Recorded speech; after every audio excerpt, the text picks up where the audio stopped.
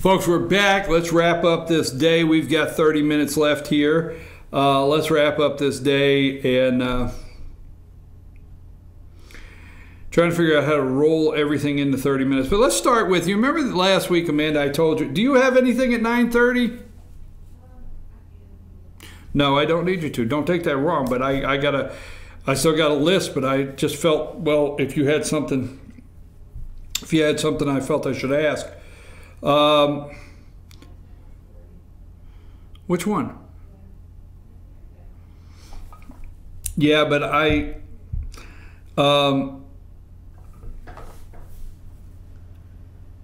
how about I took your story, but you would have never had the line on Fox News interview questions. You got me there. Okay, just last week I said I got up one morning, right, and I had to have pancakes. Remember that, the pancake story? I said I just got up and needed pancakes. So I don't know why this happens. It's like I knew last week there was some reason I needed to visit the International House of Pancakes. And then I find out yesterday they're changing their name. They're no longer going to be IHOP. They're going to change their name to IHOB. IHOB. So, International House of Breakfast? I don't know. It's IHOP. So what I want to know is, who is the brainchild of this in the corporation? I mean, you several years ago, the International House of Pancakes got rid of the big words, International House of Pancakes. It was all spelled out, and you went in there and, nobody understood just because you had syrup from Canada, what's the big deal? So anyhow, and Canadian bacon or whatever. So you change that and you brand IHOP. And IHOP is stuck in people's brain. It's branded. I mean, now, some areas may not be as busy, but there's areas that you can't get in an IHOP on Saturday and Sunday morning. Okay, just can't get in there. Okay, they're packed. I don't know whose brainchild this is, and I don't know what you're up to, but rebranding, starting somebody's brain to recognize something else. I'm just upset. I'm with the IHOP says it's changing its iconic name. Pancake lovers flip out, and I happen to be a pancake lover, and I'm flipping out right with them, okay? Right with them. Exactly. You heard it here first. What else do I have? Now, the Bill Clinton. Now, why can Bill Clinton not be? And I want to bring this up, okay? The media is not going after Bill Clinton because of the Me Too. The timing is not a coincidence that they're going after Bill Clinton. Now, Bill Clinton, which does not want to be referred to as IHOP there, I'm sorry, but Bill Clinton should be facing charges like Harvey Weinstein and Bill Cosby. Bill Cosby faced charges of rape, all right? Years later, after the fact, it was found guilty. Bill Clinton should be brought up on rape charges today, okay? Now, last night he goes on, the left gives him, the NBC guy is probably going to get fired. He's probably gone to the mailroom, all right? Watch and see him start to, maybe he gets an award for getting it into the talking points, because you got to remember, everything points back to Donald Trump. Everything, okay? So Bill Clinton is only being attacked by the media and brought in and questioned by the media at this time to keep a focus on the Me Too, to keep a reason why women should hate, not Bill Clinton, Donald Trump. Period. Everything goes back to Donald Trump. I had some notes here I wanted to bring up. So the media is not going after Bill Clinton. or they would bring him up on charges. See, it's time to bring Bill Clinton up on charges. Why is Bill Clinton in the news? To keep it after Trump. So Stephen Colbert, yesterday, they set this up. Yesterday, the interview that was played everywhere was the NBC interview where they asked, did you apologize to Monica Lewinsky? And Bill got a little hot under the collar. And he got a little hot under the collar. And he said, you know, well, he left $16 million. Did you apologize to Monica Lewinsky? Well, I said I was sorry to everybody. I mean, everybody in America. I came on and said I was sorry. You realize Hillary and I left $16.5 million in debt? You realize that's why we had to steal that money from the little Haitian kids down there? I mean, them poor little Haitian kids. Did you see what happened down there, that hurricane? Hillary and I had no choice whatsoever but to steal every damn dollar came in there because we $16.5 million in debt. Now, I can understand being $16.5 million in debt. Do you not realize that absolves me of any kind of rape? Well, that ought to be enough to buy yourself off on a rape charge. I understand that young girl just got out of college. She just fresh out of college, come and got a job in the White House, but now you know how them college girls could be. So anyhow, that being said, which I don't know what I said.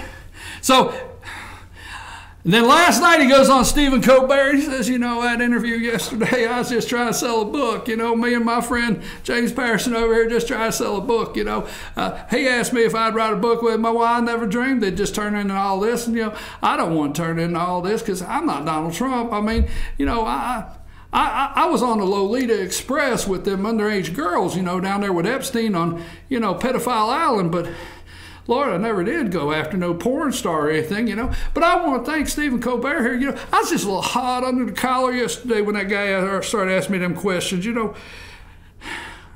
Anyhow, I don't know. The guy started asking me them questions. I got a little hot under the collar, but I want to thank the left and all my friends on the left for giving me this opportunity tonight to come out and smile. And maybe if you got time, Arsenio Hall's in the back and I can play the saxophone. All right. It's you and Bill Clinton. Like, it's got to happen. Just a whole segment of you and Bill Clinton. Bill Clinton said, man, you know how them college girls can be. Do you not realize when I was running for office why I did all them campaign speeches on them college campuses?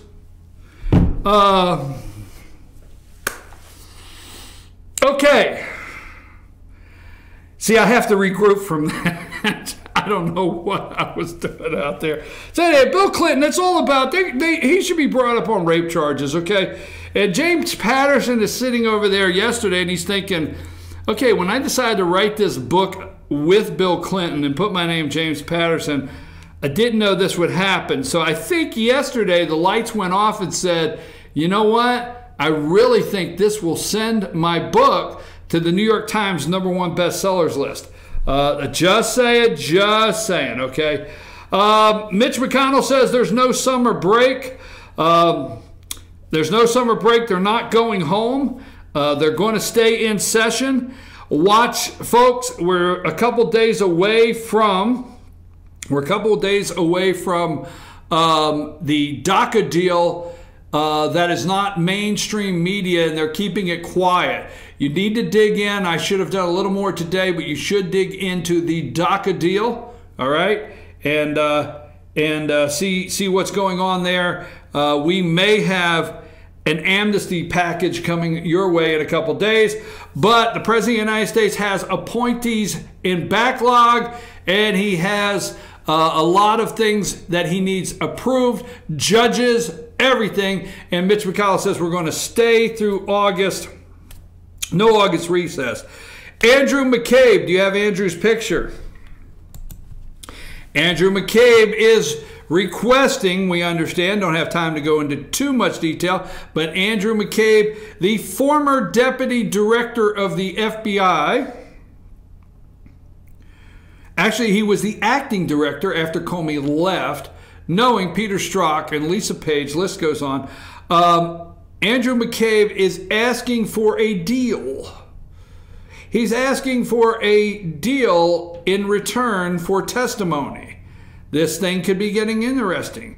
Now we find out Peter Strzok, is he still in the mailroom, had more to do with the Hillary email investigation than we originally learned. There's a little more. Peter Strzok was just a little more involved, which means this is the guy and his girlfriend Lisa Page that said they needed an insurance plan when they were in Andy's office.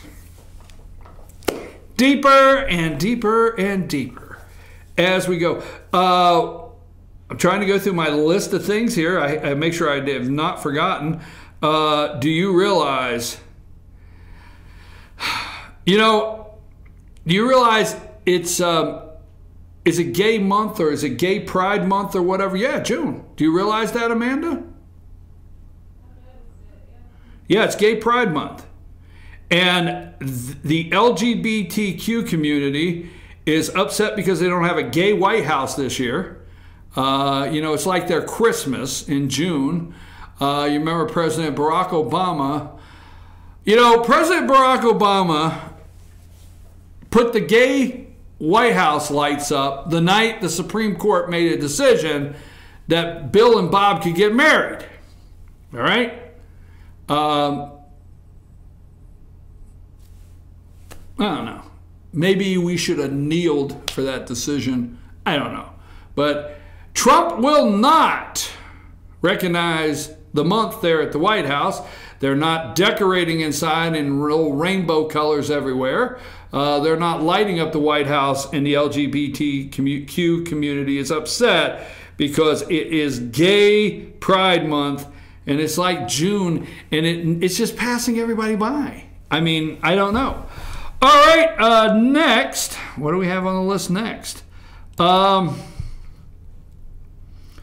got to make sure. Let's see. We talked about this cable fear mongering. Every day is a constitutional crisis. We talked about that. Let me get through the tabs. I want to open all my tabs here. Facebook gave data access to the Chinese firm flagged by U.S. intelligence. No. Facebook has data share partnerships with at least 4 Chinese electronic companies, including a manufacturing giant that has a close relationship with China's government, the social media company said Tuesday. 2010. The agreements, which date to at least 2010, which would be when Barack Hussein Obama was president, gave private access to some users' data. Wow. Lenovo. Oh my God, they gave my data to Lenovo. Those damn Chinese. And that Zuckerberg, that damn Zuckerberg. Couldn't you hear your dad all the way across? That damn Zuckerberg and those Chinese giving my data to everybody. More than 118,000 votes accidentally left off the rolls. Voters left off the rolls in Los Angeles County. We just forgot you, man. I'm sorry. It's 118,000, baby. We just forgot you. Just forgot, man. We'll make it up to you. Send you something in the mail. Coupons. We're going to give you coupons to Taco Shack down on 5th in Santa Monica. Judicial Watch, federal court hearing on June 6th today, ordered for emails between Peter Kadzik, John Podesta, and Clinton campaign officials. That's when you want to keep an eye on today. I was reading up on that this morning. Judicial Watch also seeks Kadzik's emails with non-governmental employees concerning Clinton's use of a non-state government email federal judge previously placed in order to preserve all Kadzik's emails. Okay? That is today. Judicial Watch. I recommend reading Judicial Watch whenever you get a chance. Okay, I've got about 3 more things I want to pull up and set up to end the show. It's 9:45. I got about 10 minutes when I come back. We'll take another break, and we're going to come back, and then it'll be time for Instant Replay. Dave Gardner's Instant Replay, North Georgia's only live morning sports show. So take us to break.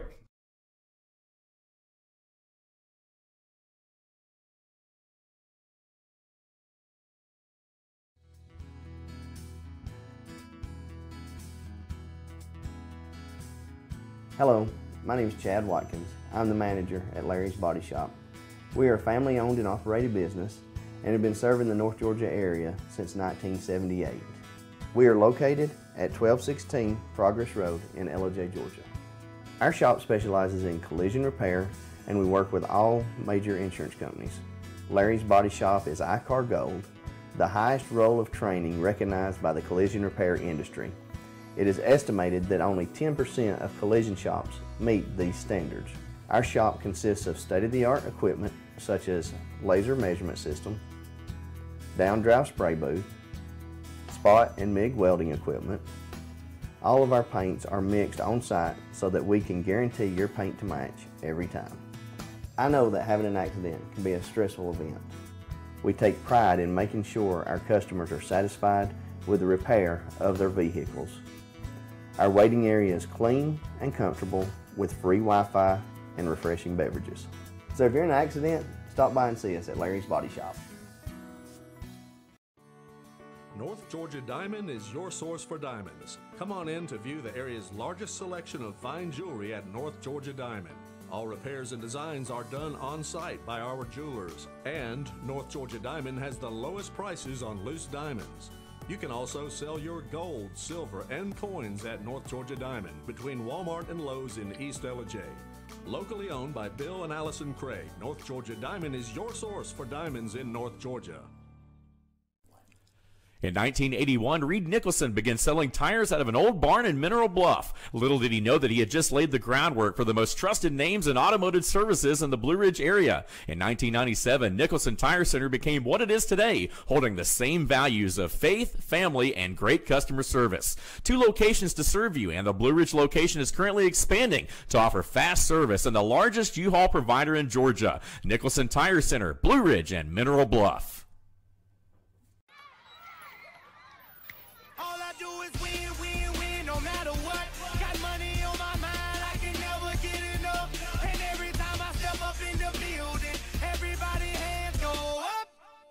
And they stay there, and they say yeah, and they stay there. Cause all I do is win, win, win. And if you going in, put your hands in the air, make them stay there. All I do is win, win.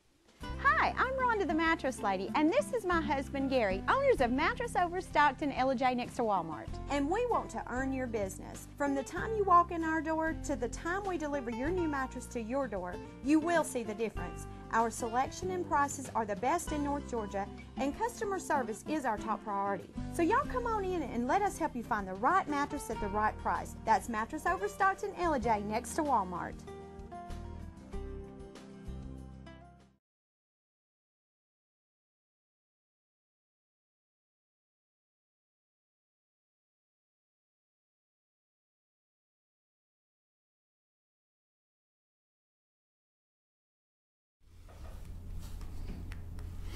Okay, we're back.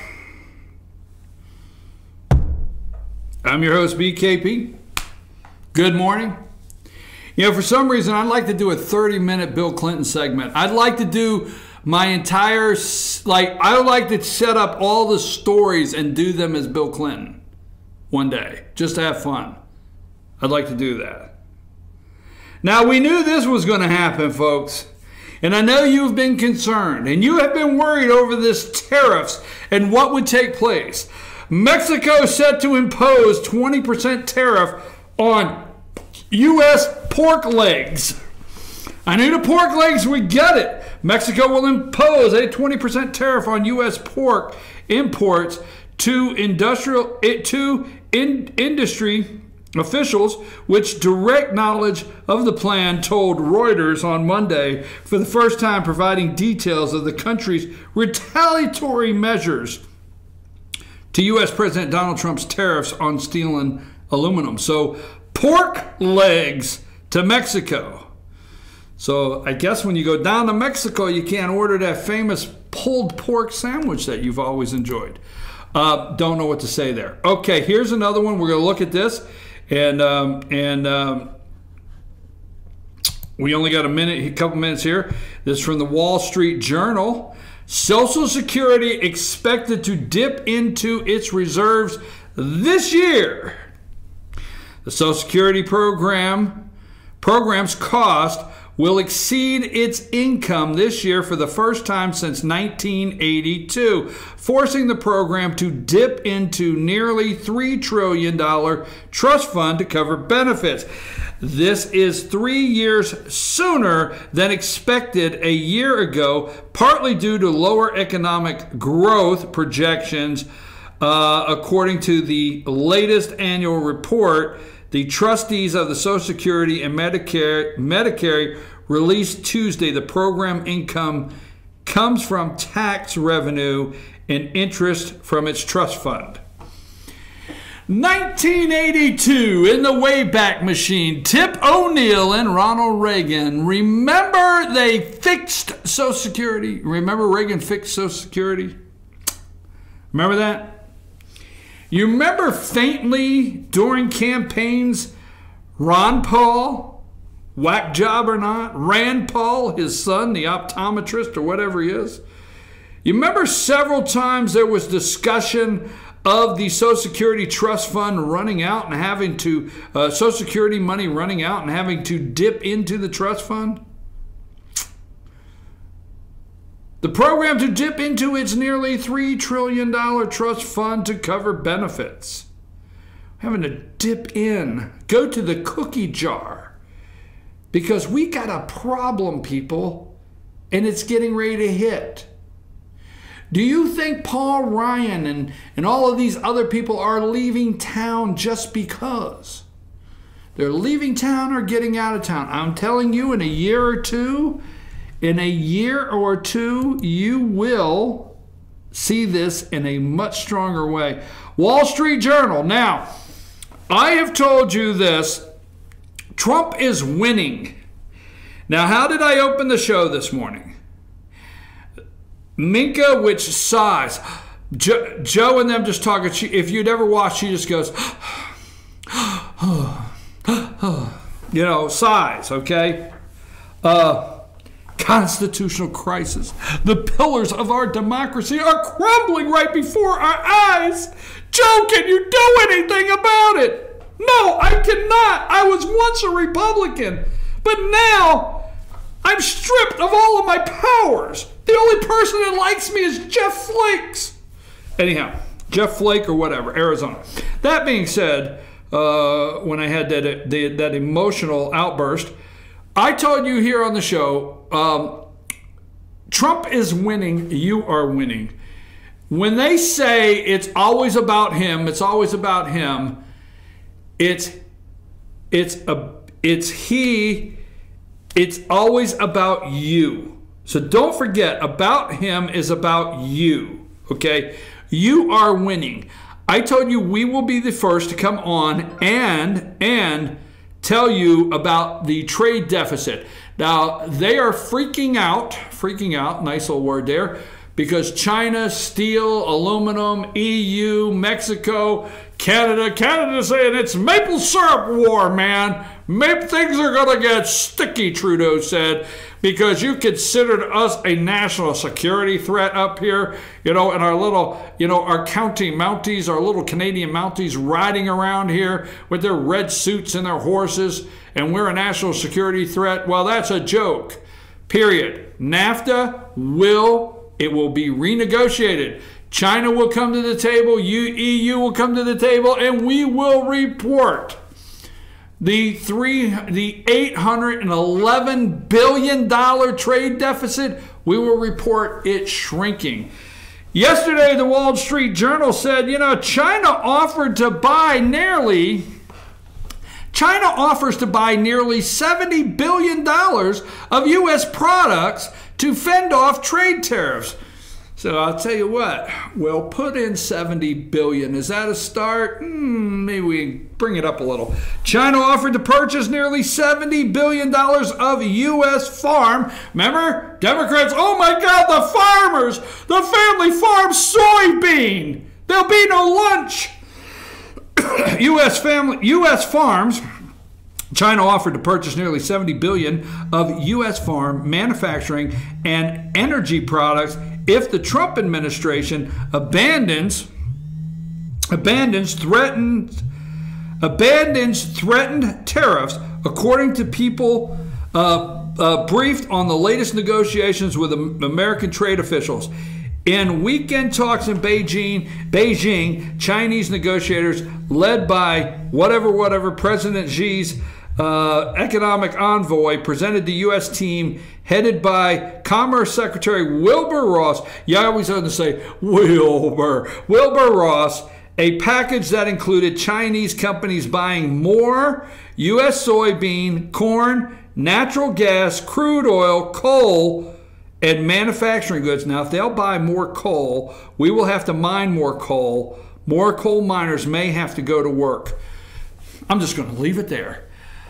9:56 tomorrow, Carla's Corner. 8:30 tomorrow. I'll be back at 8 a.m. Okay.